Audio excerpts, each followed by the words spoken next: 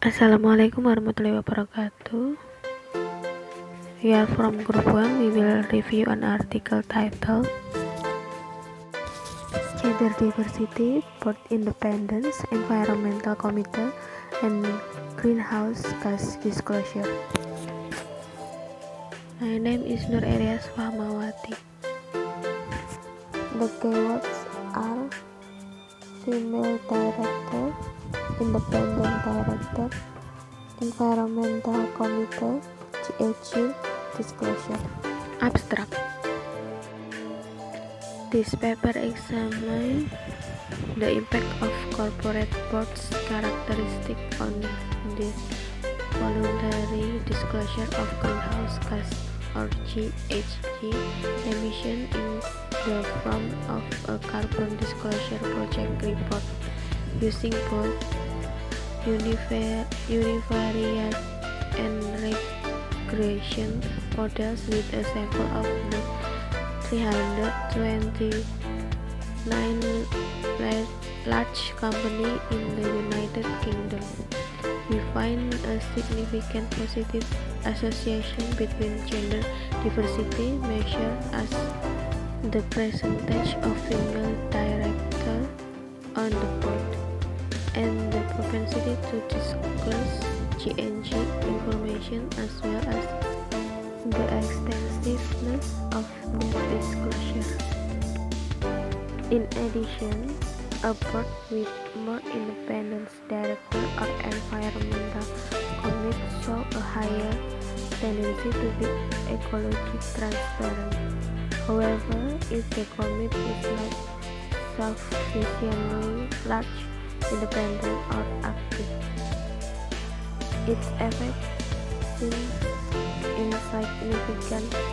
The results are consistent with stakeholder theory, suggesting that a diversified and independent board and the existence of a board-level environmental committe may balance a financial and non-financial goals with limited research and moderate the possible conflicting expectations of stakeholders who have disparate interests.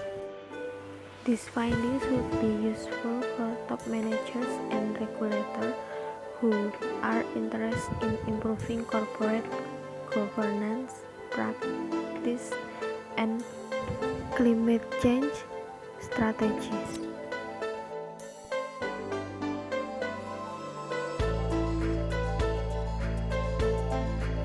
Introduction. There is growing scientific evidence of the effect of greenhouse gas GHG emissions on global warming. Corporate business and assets are influenced by the potential for increasingly severe climate change. Therefore, firms need to become resistant to such impact and to take initiatives that green firm-specific advantage. However, corporate strategies can vary substantially from proactive approach that require firms to build specific capabilities to reactive solutions that simply comply with legislation and minimally meet regulatory standards. Thus, information about a firm's strategies and activities and their impact on GHG emissions is vital for the decision of stakeholders. Some firms, in the absence of specific public policy requirements, voluntarily report their GHG information. Although the role that corporate governance or CG plays in corporate social responsibility (CSR) is well recognized. There has been limited study on its impact on GHG disclosure. This study fills the gap by investigating the association between some characteristics of CG and GHG disclosure. Assalamualaikum warahmatullahi wabarakatuh. My name is Hanifa Isani.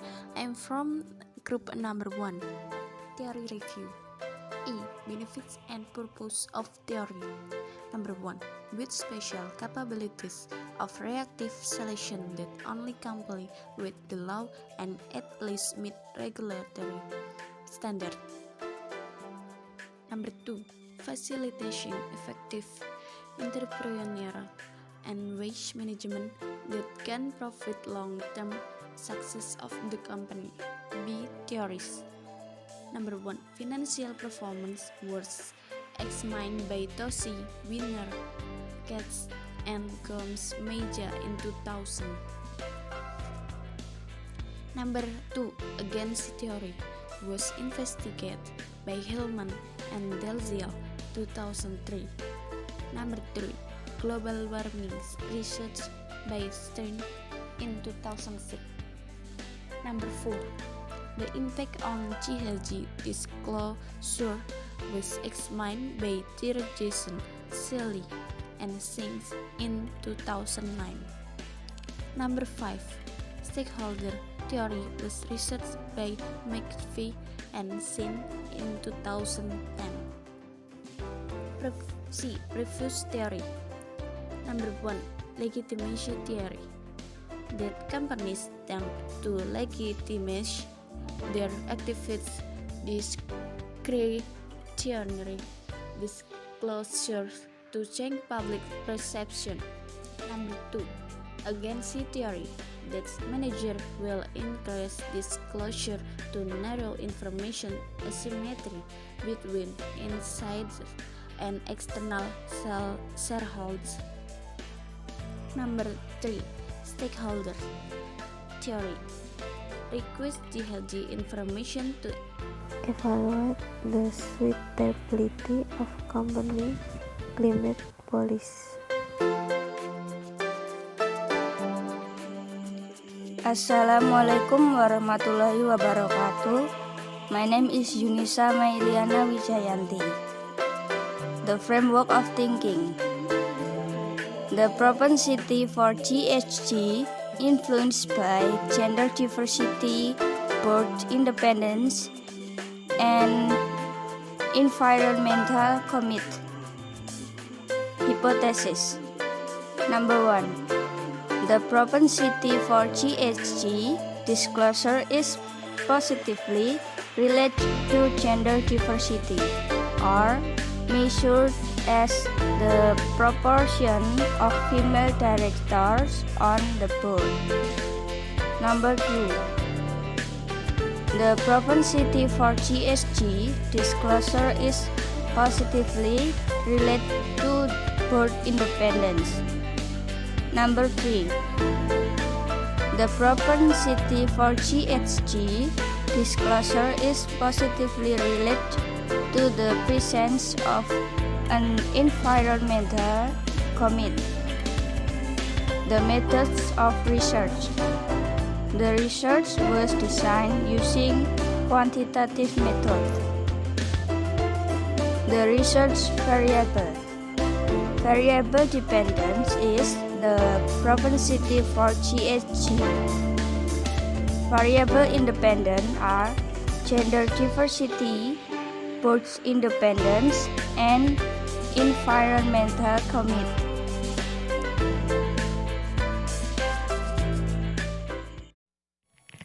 Assalamualaikum warahmatullahi wabarakatuh. My name is Sarah. In here I will explain about the population and sample, research instruments, and their results. First, population and sample.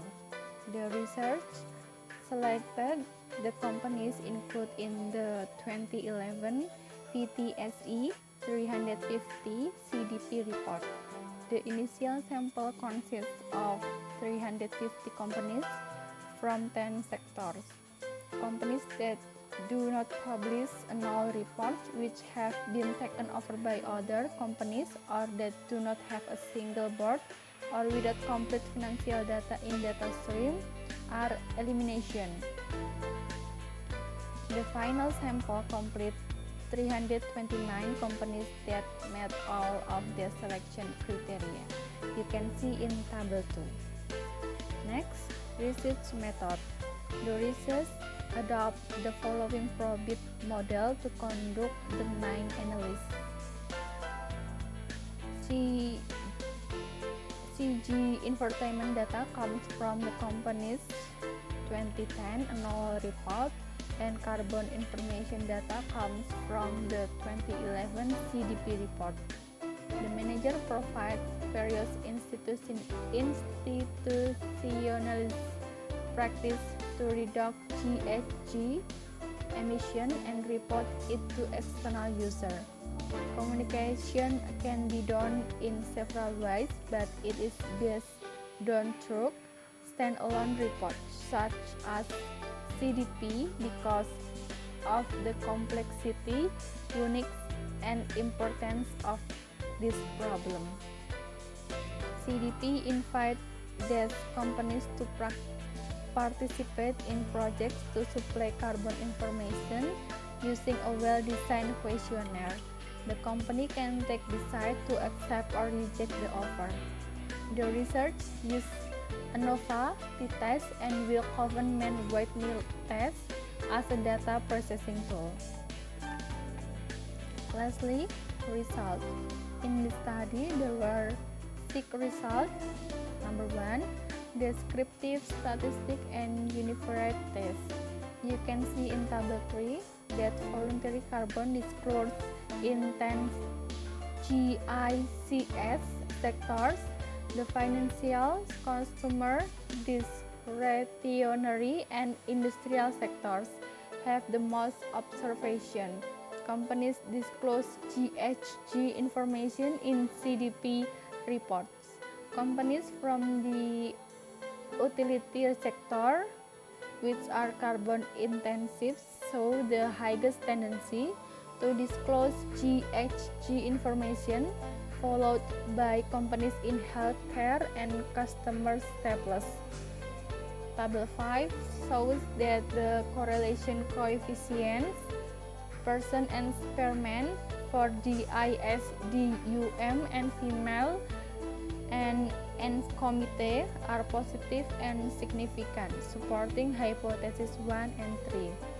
In addition, positive and significant coefficient indicate that companies with large board size, more board meeting, the presence of short-term and long-term stock option and bonus is more likely to voluntarily disclose carbon information.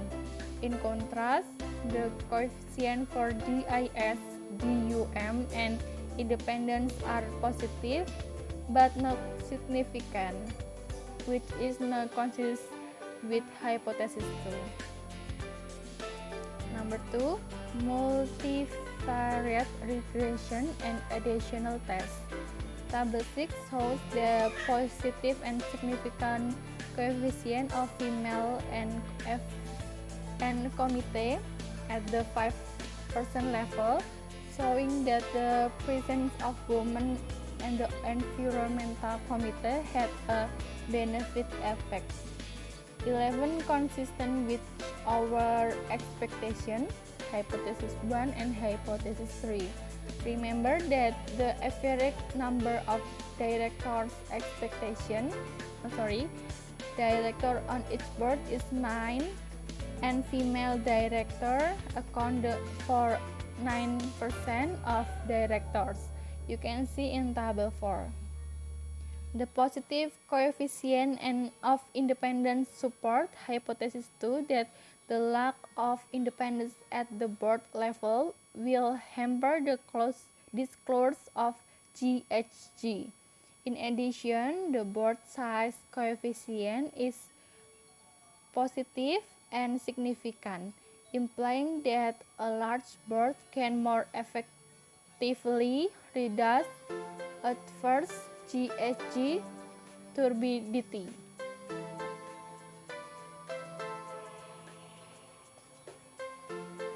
Increasing board meeting and having a non-executive director as chairman does not appear to encourage transparency.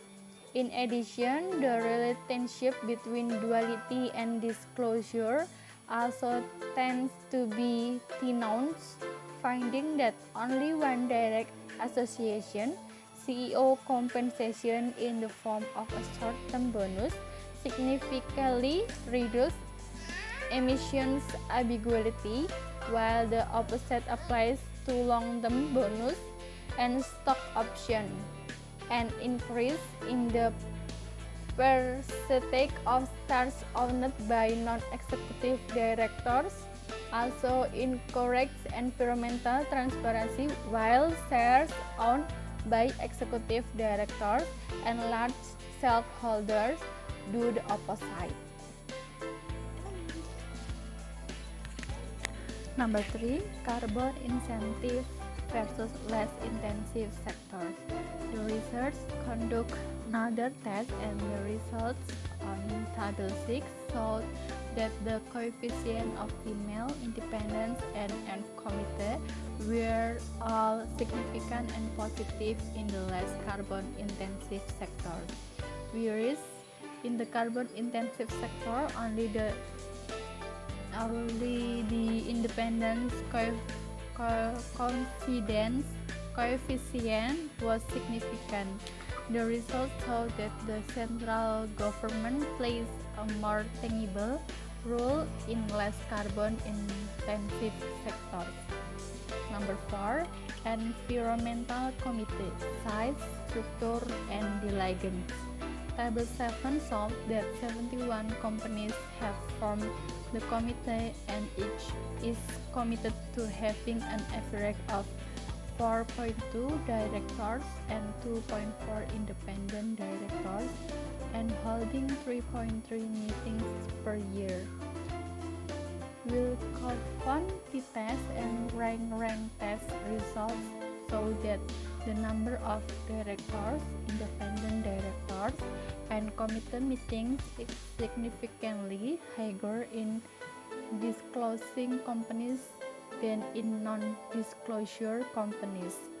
Table 6 shows that there is no direct relationship between overall council activity and GHG disclosure, especially before the environmental committee. Number 5, extensiveness of carbon disclosure. The board level may make a decision whether the company discloses or not, but the extent to which GHG information must be disclosed to the public is in the hands of relatively lower level managers. Regulation result 15 not tabulated indicate that female directors still play an important role, but independent directors are environmental committee do not contain significant coefficient. Number 6, K carbon activities. The results are shown in table 8.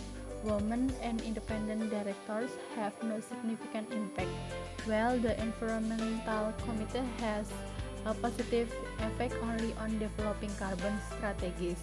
The results show that staff incentives and associated carbon performance evaluation and setting carbon reduction targets are largely technical procedures that are not possible at the council level. Conversely, developing a carbon strategy is a vital decision that is likely to be made at a board level environmental committee. In addition, we find insignificant impacts of each factor on carbon projects that should have a direct effect on GHG emission. That's my presentation. Thank you. Wassalamualaikum warahmatullahi wabarakatuh.